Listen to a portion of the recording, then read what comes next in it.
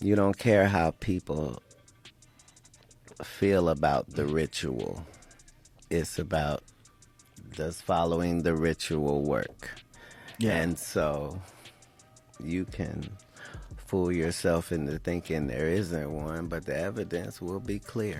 Because Hollywood likes to sort of devalue black artists and black folk because you get super talented people at a discounted rate. Back when Larenz Tate was a sitcom kid, he did have a lot of shows that didn't last. And I'm pretty sure at one point he felt like his career was not going in the direction it should. See, this is a testament that what is for you, and things happen in divine timing. The real deal is we don't own any platform the way we should. There's a few black-owned platforms, but we don't have a lot of outlets. We don't have as many. So we are not sort of governing over these entities or these corporations. Katt Williams has been telling us for years that Hollywood doesn't like real ones. It's the fakes, the gatekeepers, the puppets that really thrive in Hollywood. But those with morals and principles tend to get tossed aside. And according to Katt, this is exactly what happened to 90s star Larenz Tate. The same Larenz who lit up the screen in Menace II Society, had the ladies swooning in Love Jones, and gave us pure black excellence every time he stepped on camera. But then he just disappeared. There were no scandals, no arrests, no meltdowns. He just quietly faded into the background and stopped getting roles. So why did Hollywood slam the door shut on one of the most talented black actors of his generation? Well, Katt didn't say straight out, but he dropped enough breadcrumbs to make it really obvious. Larenz might have turned down some of those behind-the-scenes rituals actors partake in to climb the ladder. And when you don't bend the knee in Hollywood, you can't be controlled. And if you can't be controlled, you're no good to them. So the question is, what exactly did Larenz escape? What did he refuse to do that others accepted without blinking? And why did the industry quietly blacklist a man who should have been a household name? Let's break it down. So like when I be like, oh, these guys are wearing dresses. Everybody's like, oh, he keeps talking about people wearing dresses. No, it's not. That is a weird thing. It's not like that. Look at it from a different way. Look at it.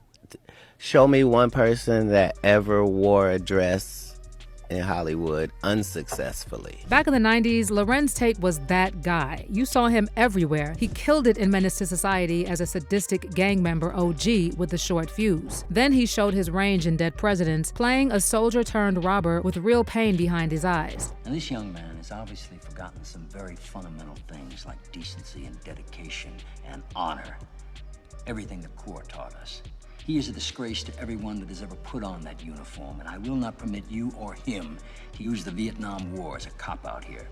And in Love Jones, man, Larenz had women in a chokehold as the cool, smooth, artsy Darius Lovehall. This is a little something I've been working on. It's new. I call it a blues for Nina. Ooh. Is that a smile me put on your face, child?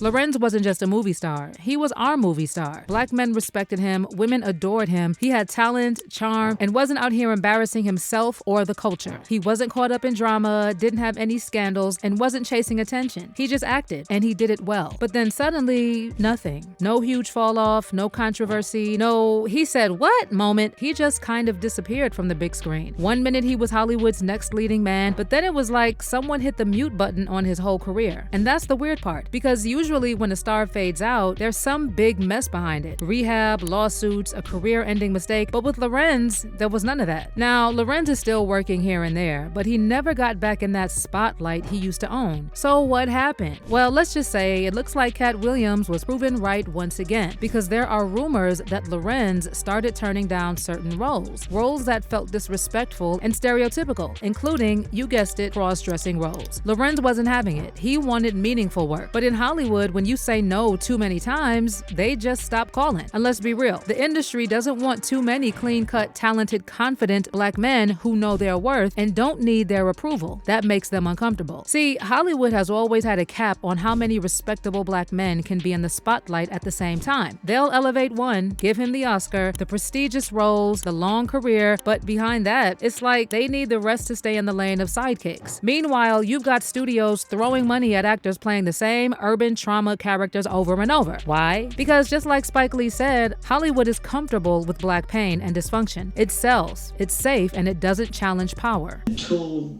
we get into the position of being gatekeepers, If we're not in the room, if we don't have a green light vote, it's not getting done. Somebody in the studio has to say, we're making this. So every time there is, as you said, where everybody's talking about this is now a new wave of black films. Do you think it's hogwash? Hogwash. You don't think it signals a big shift in consciousness? No. Not buying it. Not buying it. Shenanigans. But a self-respecting black man who won't sell out his own for a check, that's dangerous to the system. That's someone kids might look up to. That's someone who might start calling them out. And they can't have that. So yeah, they'll give you one Denzel, and even he had to be 10 times better, 10 times more controlled, and never slip. And Larenz Tate didn't disappear because he wasn't good enough. He disappeared because he didn't play the role they had written for him. And this is something Katt Williams has been sounding the alarm about for years. That's what they all end up saying at the end of the day. Kevin told you he wasn't gonna wear no dress until... No. Oh, no. So they offered him the dress, and then he put it on. And what did he say after he wore it? I made my own decision. Duh. But you didn't make it before they brought it up, did you? It's okay. People used to laugh it off, saying Katt was crazy or bitter. But now folks are circling back and realizing he was telling the truth. And that's exactly why they tried to shut him up. Who gonna turn down $50 million? Now, I've had to turn down $50 million 4 times. 4 times. Just to protect my integrity and that virgin hole I was telling you about. Right. Because P. Diddy be wanting to party. And you gotta tell him no. You got to tell him no. I did. One of the things Katt keeps bringing up is how Hollywood tests you. And people love to focus on this dress controversy, but according to Katt, it's not about the dress. It's about humiliation and control. Before you get through that final door, there's always some moment where they want to make you do something that crosses your line. Something you'd never do if you had real power. And once you do it, they've got you forever. That's what makes information so powerful is, you don't care how people feel about the ritual. It's about does following the ritual work. Yeah. And so you can fool yourself into thinking there isn't one, but the evidence will be clear. So like when I be like, all these guys are wearing dresses. Everybody's like, oh, he keeps talking about people wearing dresses. No, it's not. That is a weird thing. It's not like that. Look at it from a different way. Look at it. Show me one person that ever wore a dress in Hollywood unsuccessfully. That's how you understand what a ritual is.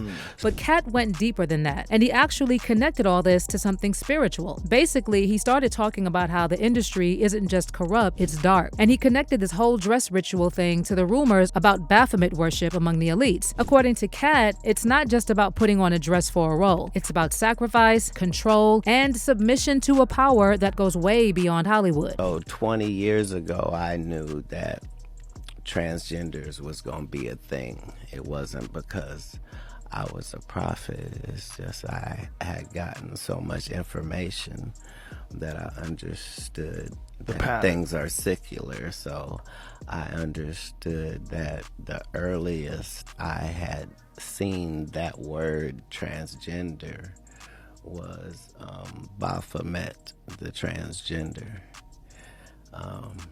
And so I knew that in the ritual of Baphomet, the transgender, to show allegiance to him, you had to kiss his ass ring.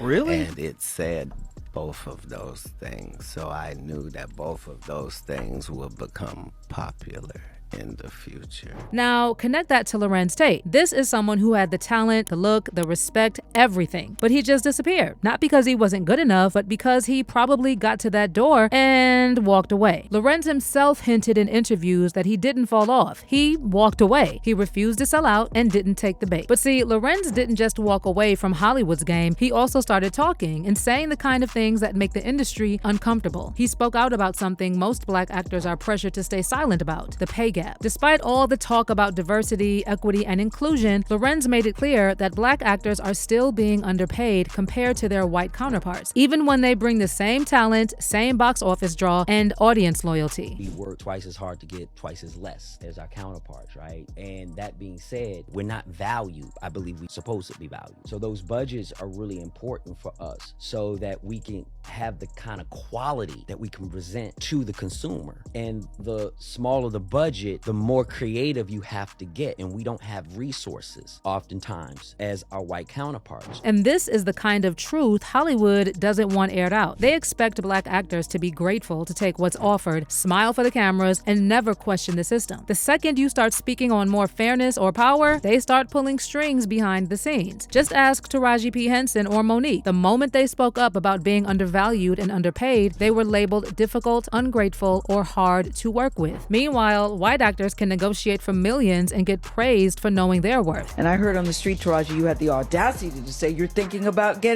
stopping acting. We said, stop talking. Are you thinking about it? I'm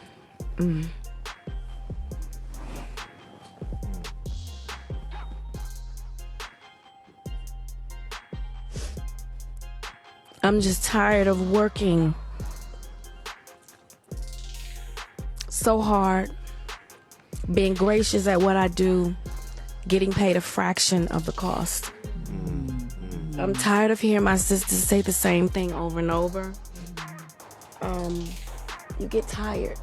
I hear people go, you work a lot. Well, have to.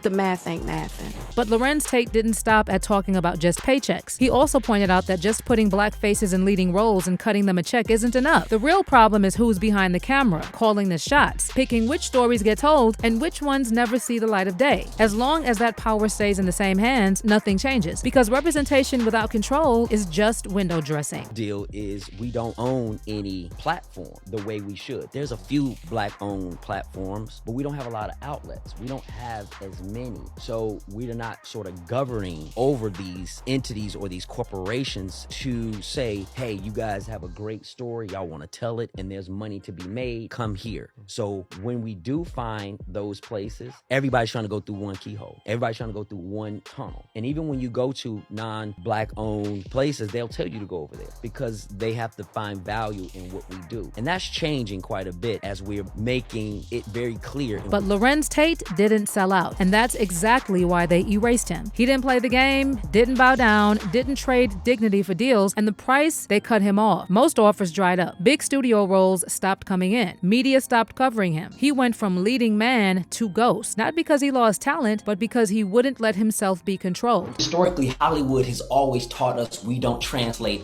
overseas or worldwide. Right. But when you start traveling and you go everywhere and you can't walk down the street, you then know that there's been somebody telling you something all along that's wrong. And my true belief as to why they do it is because Hollywood likes to sort of devalue Black artists and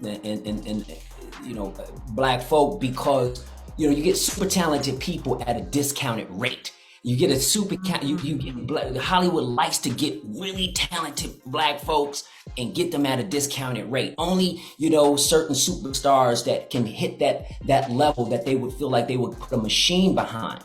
But the truth of the matter is we do translate because we're humans just like everyone else. And this is why Hollywood didn't just cancel Larenz, they buried him quietly, like they do to anyone who refuses to be a puppet. That's how they do it when you're too clean to smear, but too strong to manipulate. But now the truth is coming out, and with Katt bringing up Larenz's name, that means something. See, no matter how much they try to suppress the truth, the system knows the real ones will talk eventually. Larenz Tate didn't just fall off, he escaped. And now the truth is finally leaking. So let me hear your thoughts on what happened to Larenz Tate and why Hollywood stopped giving him roles. Do you think Larenz said no to those rituals Katt talked about? Is it just about being undervalued and underpaid? Or is it even deeper than that? Leave your thoughts in the comment section and don't miss out on this next video.